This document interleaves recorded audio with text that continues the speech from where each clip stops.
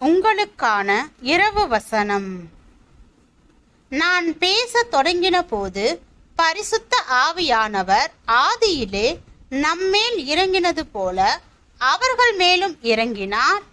யோவான் ஜலத்தினாலே ஞானஸ்நானம் கொடுத்தான்.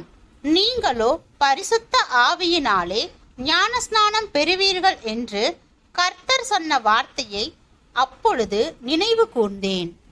ஆதலால் கர்த்தராகிய இயேசு கிறிஸ்துவை விசுவாசித்திருக்கிற நமக்கு தேவன் வரத்தை அனுக்கிரகம் பண்ணினது போல அவர்களுக்கும் அந்த வார்த்தையே அனுக்கிரகம் பண்ணியிருக்கும் போது தேவனை தடுக்கிறதற்கு நான் எம்மாத்திரம் என்றான்.